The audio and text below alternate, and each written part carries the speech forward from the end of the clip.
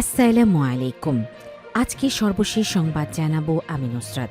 প্রথমেই জানিয়ে দেব সংবাদ শিরোনাম। সোমবার সকালে সংসদ সদস্য, বিকেলে নতুন মন্ত্রিসভার শপথ। আল্লাহ আমাদের সঙ্গে আছেন, বললেন নাসির উদ্দিন পাটোয়ারি। গণভোটের ফলাফলে ভুল সংশোধন করল ইসি।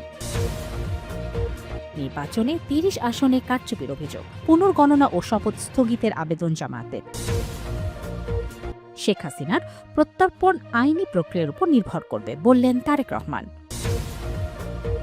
সর্বশেষ জানাবো, জনগণের উপর থেকে আর্থিক বোঝার চাপ কমাতে হবে, বললেন ইশরাক হোসেন। শিরোনাম শুনলেন, এবারে বিস্তারিত। সোমবার সকালে সংসদ সদস্য, বিকেলে নতুন মন্ত্রিসভার শপথ। ত্রয়োদশ জাতীয় সংসদ নির্বাচনে নবনির্বাচিত সংসদ সদস্য, এমপি ও নতুন মন্ত্রী পরিষদের শপথের সময়সূচি নির্ধারণ করা হয়েছে। আগামী সোমবার ১৬ ফেব্রুয়ারি সকালে জাতীয় সংসদ ভবনে এমপিদের শপথ অনুষ্ঠিত হবে। একই দিন বিকেলে বঙ্গভবনে নতুন মন্ত্রিসভার শপথ গ্রহণ অনুষ্ঠান হবে। শনিবার ১৪ ফেব্রুয়ারি সন্ধ্যায় বঙ্গভবন সূত্রে এই তথ্য জানা গেছে। সকালে সংসদ ভবনে নবনির্বাচিত এমপিদের শপথ পড়াবেন প্রধান নির্বাচন কমিশনার ASM নাসির উদ্দিন।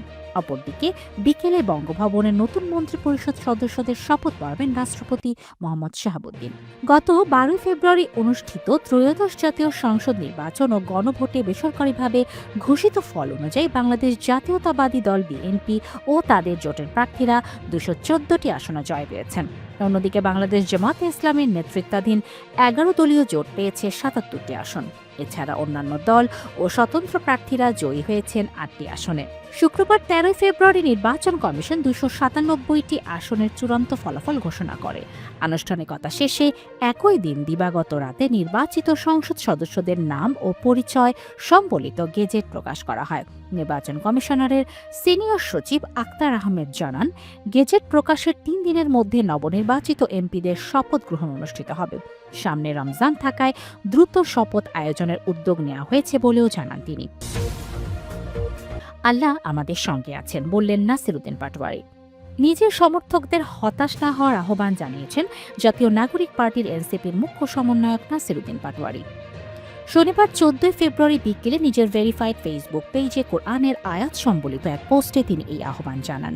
পোস্টে নাসির উদ্দিন লেখেন, হতাশ বা দুঃখ করবেন না, নিশ্চয়ই আল্লাহ আমাদের সঙ্গে আছেন। পাটোয়ারির পোস্টটি মুহূর্তেই ভাইরাল হয়ে যায়। মন্তব্যের ঘরে হাজারো মন্তব্য করেন অনেকে।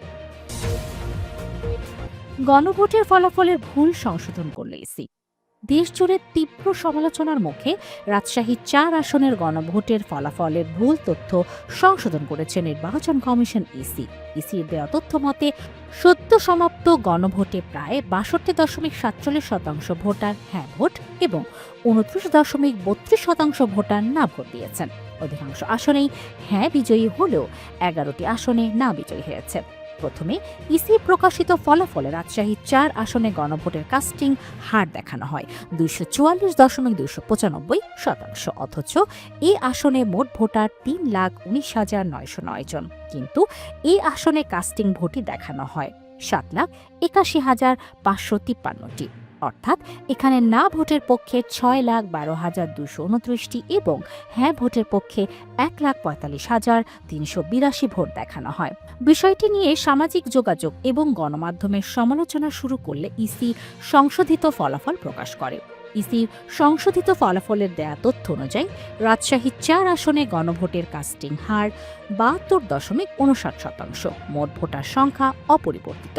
কাস্টিং বৈধ ভোট দেখানো হয়েছে ২,৩০,৫৫৩টি, বাতিল ভোট দেখানো হয়েছে ২৩,৯১২টি, আর না বা হা ভোটের সংখ্যা দেখানো হয়েছে যথাক্রমে ৬১,২২৯ এবং ১,৪৫,৩৮২টি। উল্লেখ্য, এই আসনের সংসদ সদস্য নির্বাচিত হয়েছেন বাংলাদেশ জামায়াতে ইসলামের প্রার্থী ডা মোহাম্মদ আব্দুল বারী সরদার। নির্বাচনে ৩০ আসনে কারচুপির অভিযোগ, পুনর্গণনা ও শপথ স্থগিতের আবেদন জামায়াতে। ত্রয়োদশ জাতীয় সংসদ নির্বাচনের বহু আসনে কারচুপি ও অনিয়মের অভিযোগ তুলে ৩০টি আসনে পুনরায় ভোট গণনার দাবি জানিয়েছে বাংলাদেশ জামায়াতে ইসলামী। একই সঙ্গে এসব আসনে বিজয়ীদের শপথ স্থগিত রাখার আবেদনও করেছে দলটি। শনিবার ১৪ ফেব্রুয়ারি সন্ধ্যায় রাজধানীর মগবাজারে দলের কেন্দ্রীয় কার্যালয়ে আয়োজিত সংবাদ সম্মেলনে এসব অভিযোগ তুলে ধরেন জামায়াতের সহকারী সেক্রেটারি জেনারেল ও মিডিয়া বিভাগের প্রধান এহসানুল মাহবুব জোবায়ের।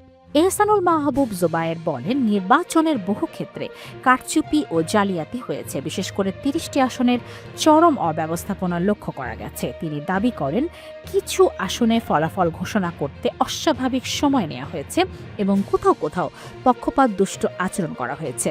বিষয়গুলো সংশ্লিষ্ট রিটার্নিং কর্মকর্তাদের জানানো হলেও কার্যকর ব্যবস্থা নেওয়া হয়নি বলে অভিযোগ করেন তিনি। ইতোমধ্যেই দলটি আইনি পদক্ষেপ নিয়েছে বলেও জানান তিনি। সংবাদ সম্মেলনে জামায়াত নেতা অভিযোগ করেন, নির্বাচন পরবর্তী সময়ে বিভিন্ন স্থানে তাদের নেতাকর্মী, সমর্থক ও পোলিং এজেন্টদের উপর হামলার ঘটনা ঘটেছে, এমনকি নারীদের উপরও আক্রমণের অভিযোগ তোলেন তিনি। কিছু এলাকায় সহিংসতায় প্রাণহানি ঘটেছে বলেও দাবি করেন। জামায়াতের আরেক সহকারী সেক্রেটারি জেনারেল মোয়াজ্জেম হোসেন হেলাল বলেন, সংশ্লিষ্ট ৩০টি আসনে ৫,০০০ থেকে ১০,০০০ ভোটের ব্যবধানে ফল ঘোষণা করা হয়েছে। ইতোমধ্যেই এসব আসনে গেজেটও প্রকাশ করা হয়েছে। তবে এসব আসনের ফলাফল স্থগিত রেখে পুনরায় ভোট গণনার পাশাপাশি বিজয়ীদের শপথ না পড়ানোর জন্য সংশ্লিষ্ট কর্তৃপক্ষের কাছে আবেদন করা হয়েছে বলেও জানান তিনি। শেখ হাসিনার প্রত্যর্পণ আইনি প্রক্রিয়ার উপর নির্ভর করবে বললেন তারেক রহমান। ত্রয়োদশ জাতীয় সংসদ নির্বাচনে বিজয়ের পর প্রথম সংবাদ সম্মেলনে নতুন সরকারের অগ্রাধিকার, অর্থনৈতিক চ্যালেঞ্জ, আঞ্চলিক কূটনীতি এবং সাবেক প্রধানমন্ত্রী শেখ হাসিনার প্রত্যর্পণ ইস্যুতে দলীয় অবস্থান স্পষ্ট করেছেন তারেক রহমান। শনিবার ১৪ ফেব্রুয়ারি বিকেলে রাজধানীর শাহবাগ এ অবস্থিত হোটেল ইন্টারকন্টিনেন্টালে আয়োজিত সংবাদ সম্মেলনে তিনি বলেন, শেখ হাসিনার প্রত্যর্পণ পুরোপুরি আইনি প্রক্রিয়ার উপর নির্ভর করবে। এ বিষয়ে বিএনপি কোনো ধরনের হস্তক্ষেপ করবে না। বাংলাদেশ জাতীয়তাবাদী দল বিএনপি চেয়ারম্যান বলেন, নতুন সরকারের সামনে সবচেয়ে বড় চ্যালেঞ্জ ভঙ্গুর অর্থনীতি ও পুঁজি সংকট মোকাবেলা। তিনি জানান, ব্যাংকিং খাতে ঋণ প্রবাহ বাড়ানো, তারল্য সংকট নিরসন এবং বিনিয়োগ বান্ধব পরিবেশ তৈরি করা হবে প্রথম অগ্রাধিকার। পাশাপাশি জনগণের জানমালের নিরাপত্তা নিশ্চিত করা এবং দলীয়করণের শিকার হওয়া প্রতিষ্ঠানগুলোকে পেশাদারিত্ব ও সুশাসন ফিরিয়ে আনার উদ্যোগ নেওয়া হবে। তারেক রহমান বলেন, সরকার কেবল তরুণদের নয়, সমাজের সব শ্রেণী পেশার মানুষের মতামতকে গুরুত্ব দেবে। নির্বাচনী ইস্তেহার অনুযায়ী বৃদ্ধ, প্রতিবন্ধী ও নারীদের কল্যাণে কার্যকর পদক্ষেপ নেওয়া হবে। আঞ্চলিক কূটনীতি প্রসঙ্গে তিনি বলেন, দক্ষিণ এশীয় আঞ্চলিক সহযোগিতা সংস্থা সার্ক বাংলাদেশের উদ্যোগেই যাত্রা শুরু করেছিল। তাই বিএনপি সরকার চাইবে সার্ক আবার সক্রিয় ও কার্যকর হোক। ভারত ও পাকিস্তানের মধ্যেকার দূরত্ব কমিয়ে দক্ষিণ এশিয়ার স্থিতিশীলতা প্রতিষ্ঠায় বাংলাদেশ আলোচনার মাধ্যমে ইতিবাচক ভূমিকা রাখার চেষ্টা করবে বলেও জানান তিনি। চীন বাংলাদেশ সম্পর্ক এবং belt and road initiative BRI প্রসঙ্গে তারেক রহমান বলেন, চীন বাংলাদেশের অন্যতম উন্নয়ন সহযোগী, তবে যে কোনো আন্তর্জাতিক চুক্তির ক্ষেত্রে বাংলাদেশ জনগণের স্বার্থকে সর্বোচ্চ অগ্রাধিকার দেওয়া হবে।